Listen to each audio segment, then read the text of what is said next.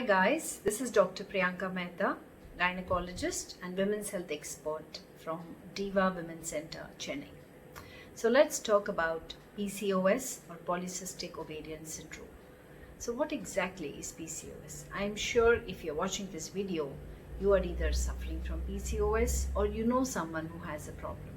And there is so much information when you just type in PCOS in any of the search engines that you can actually really get confused.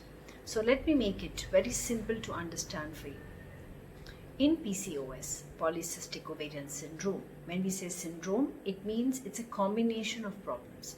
So what does happen is young girls, even as early as the age of 10 or 12, and even sometimes young women can be faced with three problems mainly. So they will have either irregular cycle, which means their cycle is either not happening every month, every 28 days, so they may skip a cycle. They may just have periods every 45 days or even 2 months, or sometimes even longer than that, like 3 to 4 months.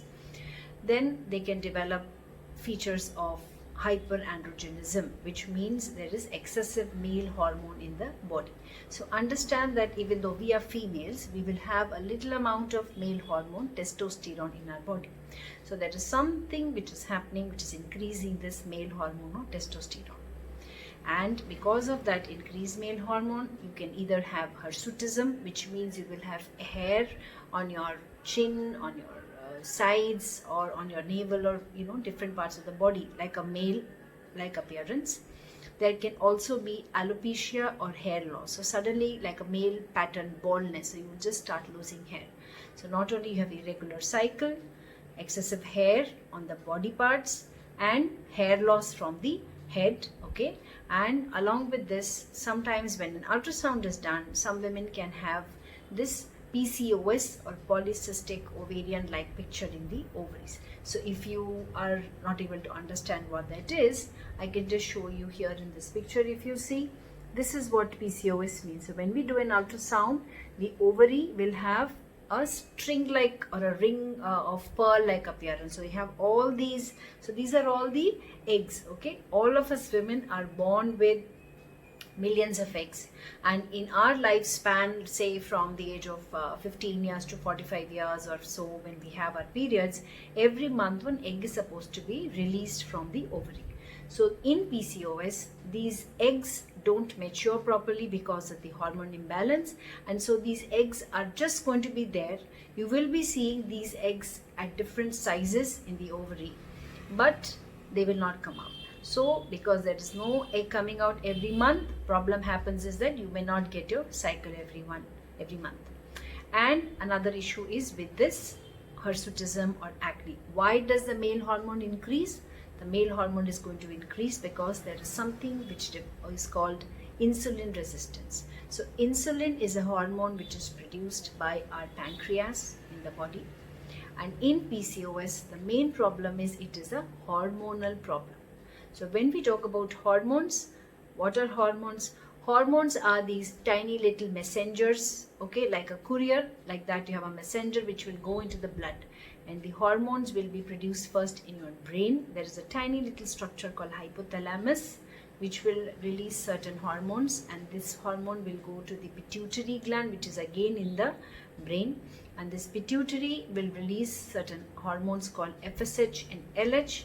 And these hormones will go through the blood and they will act on your uterus and they will act on the ovary, and these only cause the regular periods or your cycle. But because of the hormone imbalance, you're not going to have the correct proportion of the hormones coming out. So that will cause, because we have two female hormones called estrogen and progesterone, there is going to be more of estrogen hormone and progesterone hormone is not released. So this entire hormone imbalance coupled with the insulin resistance leads to all this problem of PCOS. Now, insulin resistance means, like diabetes, there could be a risk of a lifelong problem later on. So I don't want to scare you, but PCOS sometimes will just not go away, and you will have to probably learn to live with it. And depending on what kind of problems you have, you're going to have the treatment according to that. So for PCOS, when you are having irregular period, along with that you have excessive weight, which is called obesity, and you're also having the ultrasound picture of the polycystic ovary. So any two of the three, if they are there, then we call it PCOS. And when there is a problem like a PCOS, then we need to understand that the treatment is not a quick fix treatment. It cannot happen overnight. It cannot happen in a day. And you don't have to lose heart, because this is such a common lifestyle problem nowadays that I think almost every other or every third girl or woman is having it. So how do we deal with something which is probably going to be there for a long time with us, and it is also going to affect our hormones? So the important thing, which if you look up anywhere or ask anybody, they are going to tell you 3 treatments of PCOS are going to be lifestyle, lifestyle and lifestyle. When I say lifestyle, it is not something that you're wearing outside. It is how you are each day of your life. So from when you get up in the morning to when you sleep, there are so many things which you will need to modify if you want to live better with PCOS and you don't want too many hormonal treatments.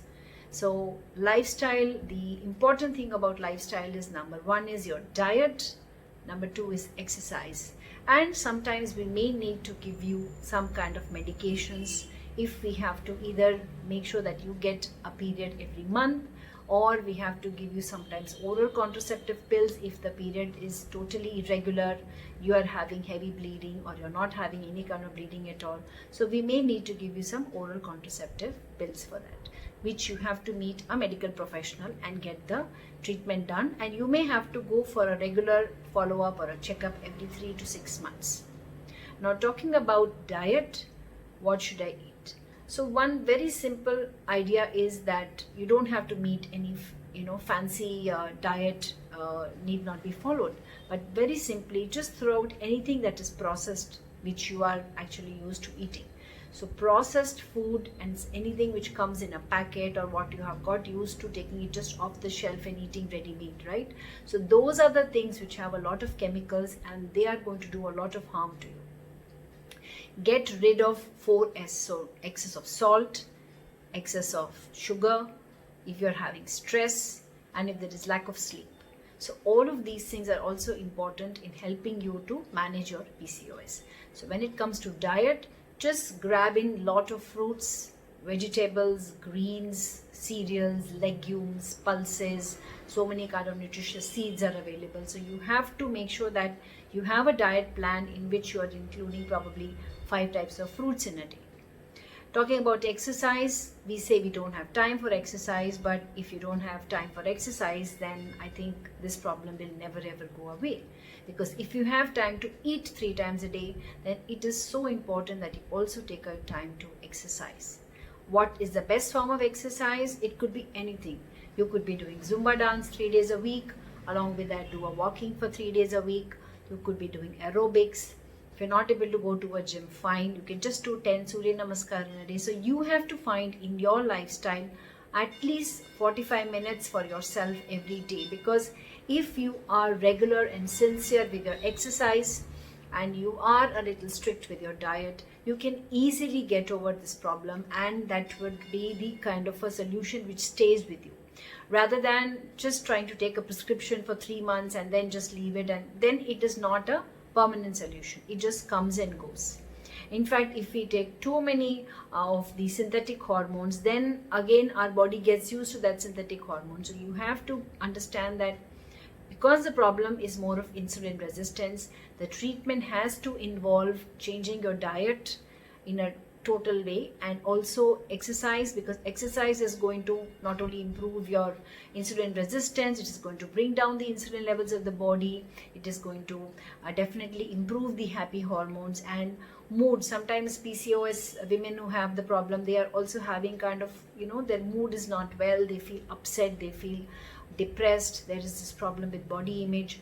So start listening to your body, start understanding that it is not a competition, it is not something that you have to look like this or look like that. You have to stay fit, you have to feel fit. Exercise could be a very simple put a 7-day challenge for yourself. So like I've been doing it now for the past 4 days.